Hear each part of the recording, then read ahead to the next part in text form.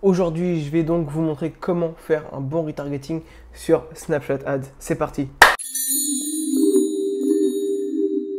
Tout d'abord, pour commencer, si tu souhaites te faire accompagner et travailler main dans la main avec moi pour performer sur Snapchat, je te laisse prendre un petit rendez-vous dans le premier lien de la description. Voilà, c'est un petit rendez-vous de 30 minutes où je vais te montrer tout ce que je peux te proposer. On rentre directement dans le concret. Je vais vous expliquer comment faire un bon retargeting sur Snapchat Ads maintenant. Déjà, il faut savoir que toutes les marques e-commerce, toutes les agences devraient utiliser Snapchat Ads au moins pour du retargeting. Dans un premier temps, on peut mettre du retargeting sans forcément faire de trafic froid sur Snapchat. Comment? On link le pixel sur Snapchat, donc ça vous savez faire, et vous utilisez toute la data que vous allez récolter via Pinterest, TikTok, Facebook, Google, YouTube. Voilà. Vous avez d'autres canaux d'acquisition qui sont en place et aujourd'hui, vous pouvez utiliser simplement Snapchat.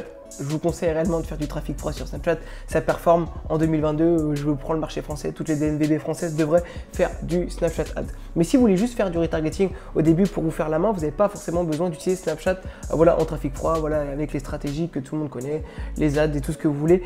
Vous utilisez et vous créez vos audiences avec le trafic et la data que vous allez avoir des autres canaux d'acquisition. Le pixel va enregistrer voilà, les visites sur le site internet, les ATC, les purchases et tout ce que vous voulez. Vous créez vos audiences avec toute la data et vous lancez voilà, un petit budget retargeting sur Snapchat. Donc ça, c'était dans un premier temps pour vous dire que vous n'êtes pas obligé d'utiliser à 100% Snapchat pour faire du retargeting. Et aujourd'hui, tout le monde devrait utiliser Snapchat au moins pour du retargeting, comme je t'ai dit au début de la vidéo, parce que vous laissez de l'argent sur la table. C'est mieux quand les clients vont vous voir sur tous les canaux d'acquisition et en plus, vos clients vont être rassurés parce que s'ils vont sur YouTube, ils vous voient, s'ils sont sur Facebook, ils vous voient, ils sont sur Snapchat, ils vous voient, ils disent ah oui, ok, c'est un gros truc, je peux avoir confiance, on y va. Et puis en plus, il suffit qu'ils soient sur Facebook, voilà, ils sont occupés à faire autre chose, ils partent, ils ne vous voient pas forcément sur Facebook. Le soir, il est dans son lit, il envoie un message à son pote sur Snapchat, il va dans ses stories Snapchat et là, il retombe sur vous et là, potentiellement, il peut acheter via Snapchat. Donc voilà l'importance de faire du retargeting sur Snapchat, même quand on ne l'utilise pas pour du trafic froid. Pour le retargeting, je vais donc différencier deux types d'audience, la tiède et la chaude. Dans les personnes tièdes, moi je mets vraiment les personnes qui ont vu votre publicité mais qui ne sont pas venues sur votre site internet. Le but de faire de la publicité à cette audience tiède va être de les convaincre à venir sur le site internet.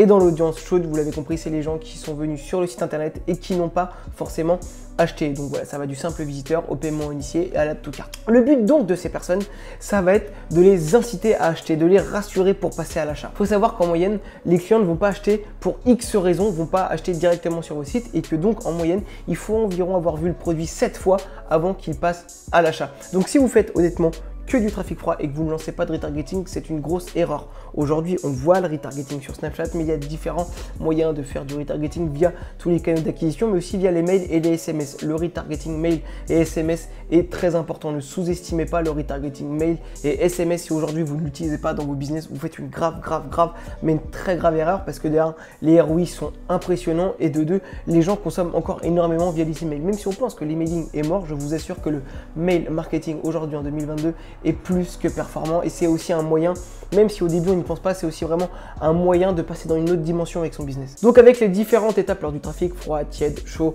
bouillant, encore une fois qu'ils sont achetés, moi j'appelle le trafic bouillant, ça va être un système d'un entonnoir. La personne ne vous connaisse pas, on joue avec du trafic froid, ok, ils ont vu la publicité, ils ont regardé la publicité mais ils ne sont pas venus sur le site. Après on passe à l'étape où ils sont venus sur le site et après on passe à l'état où ce sont des acheteurs et des clients potentiellement récurrents. On verra comment on peut faire d'un client normal un client qui devient récurrent, achète plusieurs produits chez vous. C'est ce qu'on appelle de la LTV, long term value, pardon, et c'est très important, c'est comme ça qu'on fait le maximum de rentabilité. Vous allez dépenser une seule fois de l'argent pour acquérir un client et le client via soit un peu de retargeting sur Snapchat, Facebook, tout ce que vous voulez, ou du retargeting mail, va acheter de nouveau. Et là, on va obtenir des coûts par acquisition qui seront beaucoup moins chers. On verra ça dans une seconde partie de la vidéo. On va donc entrer dans le vif du sujet et voir quel message marketing adresser à ses clients lors du retargeting.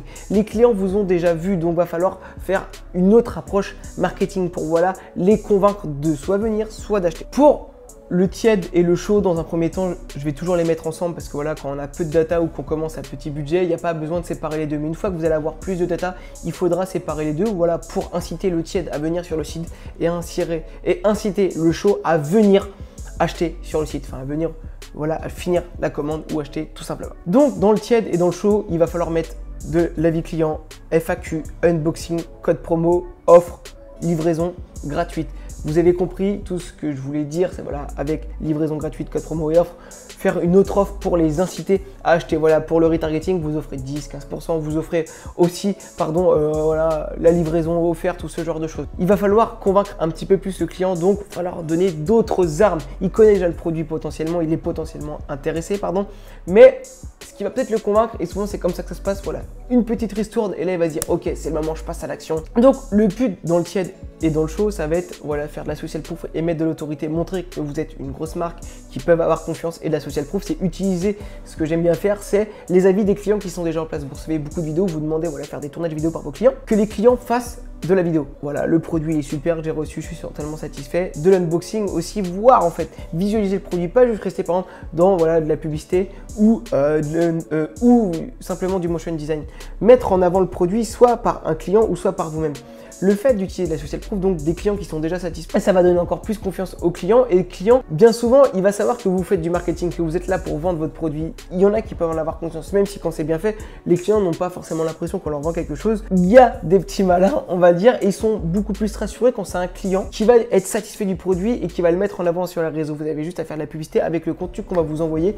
Et ça, je vous assure que c'est à utiliser dans le retargeting sur Snapchat, enfin même sur le retargeting en général. Mettez du client qui a déjà été tourné, c'est très important et ça cartonne. Le but, ça va pas être de juste présenter le produit ou voilà, rassurer avec le site, ça va être vraiment de convaincre, rassurer le client. Donc il a déjà vu le produit, il sait à quoi ça sert, il va sûrement, comme je viens de te dire, être beaucoup plus à l'aise en voyant un petit unboxing, un petit code promo ou un avis client. Quelque chose qui est rarement fait et pourtant c'est très important. Le client a déjà acheté chez vous, ça va être une autre forme de retargeting. Le client a déjà acheté chez vous, il est satisfait, alors communiquez-lui soit de nouvelles offres, le restock, des excuses, voilà, les soldes, Black Friday, fête des mères, fête des grands-pères, fête des plombiers, fête des agriculteurs, toutes les fêtes que vous voulez, vous faites de la publicité aux clients qui sont déjà satisfaits. Parce qu'il faut partir d'un principe. Donc déjà, si vous faites du consommable, le retargeting est obligatoire. Voilà. Vous savez que le client l'a acheté, va potentiellement utiliser votre produit, il va le finir, il faut qu'il revoie de la publicité. Il ne va pas forcément revenir de lui-même. C'est d'ailleurs très intéressant quand vous êtes dans le consommable de vous calculer au bout de combien de temps, voilà, un déodorant, il suit en un mois. Alors qu'est-ce que vous allez faire? Un mois après, vous renvoyez un petit mail pour dire voilà, réachetez votre déodorant. Vous avez sans doute voilà, fini votre déodorant, on vous propose d'en racheter un nouveau. Et là, le client va dire ah oui, c'est vrai, j'avais kiffé le déodorant, il m'en faut un nouveau et boum, il va recommander. On peut faire par ex avec, vous faites une audience des gens qui ont déjà acheté et voilà, vous leur faites de la publicité. Pourquoi? Parce que s'ils ont déjà acheté votre produit, ils vont sans doute avoir envie soit de le racheter de nouveau pour eux. Même si on n'est pas du consommable, on a souvent besoin de deux choses. Par exemple, si j'ai une casquette, je vais sans doute avoir besoin d'une autre casquette, soit parce que j'aime ça, soit pour une autre activité. Il y a diverses raisons. Refaites de la publicité aux gens qui ont déjà acheté et aussi dites-vous que s'il est satisfait, il peut avoir envie de l'offrir à un ami ou de proposer à un ami. Et donc c'est très important de refaire de la publicité aux personnes qui ont déjà. Donc comment on fait ça? En faisant de la publicité aux personnes qui ont déjà acheté. L'avantage du retargeting, donc que ce soit sur vos clients qui ont déjà acheté et aussi sur le tiède et le chaud, c'est que vous allez avoir des coûts par acquisition qui vont être beaucoup moins chers. L'avantage de faire de la publicité aux personnes qui ont déjà acheté, c'est qu'ils ont déjà confiance, ils sont déjà satisfaits, donc ils vont passer plus rapidement à l'achat. Donc vous allez avoir des coûts par achat qui vont être beaucoup moins chers. Après, si vous faites de la publicité via l'email et le SMS, donc le SMS et l'email, voilà, on a des ROI qui sont extraordinaires, encore plus aujourd'hui avec le mailing, voilà, je sais plus, un abonnement à Klaviyo, ça va être 30-40 euros. Si vous avez très peu de mails, vous êtes vraiment à moins de 100 euros d'abonnement et les ventes peuvent vous rapporter énormément. Donc si demain vous faites une vente à 50 euros, vous avez juste quasiment le prix de votre produit avec un tout petit peu de frais de Klaviyo qui vont être vraiment dérisoires. Vous allez faire des marges beaucoup plus énormes et sur le long terme, le client, s'il achète 4-5 fois chez vous, donc sa LTV sera énorme, plus grande et c'est comme ça que le client devient encore plus rentable. Donc ne paniquez pas si aujourd'hui vous avez lancé votre marque, que en froid vous n'êtes pas trop rentable, retargeting vous n'êtes pas trop rentable. Lorsque vous allez lancer une nouvelle gamme de produits, envoyez-leur un petit mail, le client va peut-être acheter et là vous ferez plus de rentable. Donc pour le retargeting sur Snapchat, comment faire un bon retargeting sur Snapchat, je viens de t'expliquer pourquoi faire du retargeting, je viens de t'expliquer le contenu, donc n'hésite pas soit à te filmer toi-même voilà, avec ton produit, soit demander à un client qui se filme, le contenu qui plaît, de l'unboxing et de l'avis client. En termes de créatif, voilà, sinon un petit peu de motion design, un petit peu une photo, une vidéo où voilà, vous mettez juste un code promo, ça fonctionne énormément. En termes d'audience, il va falloir exclure les acheteurs. Donc je vous ai déjà appris, je le mettrai en haut là, je le mettrai en haut pour vous conseiller la vidéo, je sais plus où ça va apparaître, en haut, en bas, droite à gauche pour voir comment créer ces audiences de retargeting. Une fois que vous allez créer vos audiences de retargeting et que vous allez lancer votre campagne de retargeting, il va falloir exclure les acheteurs parce que quand on veut faire du tiède et du chaud, on ne veut pas forcément vendre aux acheteurs. Ça sera donc dans ce que je t'ai expliqué, vendre aux clients, c'est une autre campagne, c'est une autre stratégie. On va être dans le tiède et dans le chaud. On va donc exclure les acheteurs et on va faire de la publicité au paiement initié, add to cart, visiteurs du site, ceux qui ont partagé la publicité et ceux qui ont regardé la vidéo voilà, à plus de 50% et à plus de 75%. On peut même mettre ceux qui ont regardé à plus de 25%, c'est qu'ils ont potentiellement été intéressés. Vous avez donc là ceux qui ont, on va dire, interagi avec la publicité et votre site internet. Vous avez donc votre audience de retargeting. Il faut savoir que le retargeting représente environ 10-15% du budget total de vos campagnes. N'excluez surtout pas le retargeting. Le retargeting est très important. Si même aujourd'hui vous ne faites pas forcément de trafic froid sur Snapchat, que voilà, vous avez fait la bêtise de ne pas utiliser Snapchat dans vos canaux d'acquisition principal, vous faites une grave erreur. Je n'ai pas besoin de me répéter. Vous pouvez simplement, pour vous faire la main, vous rassurer, juste mettre, comme je vous expliquais dans le début de la vidéo, le retargeting, juste des petites campagnes de retargeting à 10-15 € pour commencer et vous verrez que vous aurez une grande rentabilité. Si aujourd'hui vous avez beaucoup de budget publicitaire, je vous conseille vraiment d'allouer 10 à 15%. Après, ça dépend toujours de votre marge, mais si vous vendez des produits qui coûtent cher, n'hésitez pas à mettre beaucoup plus de retargeting. Si le produit est plus cher, le client aura besoin de plus de temps pour être convaincu.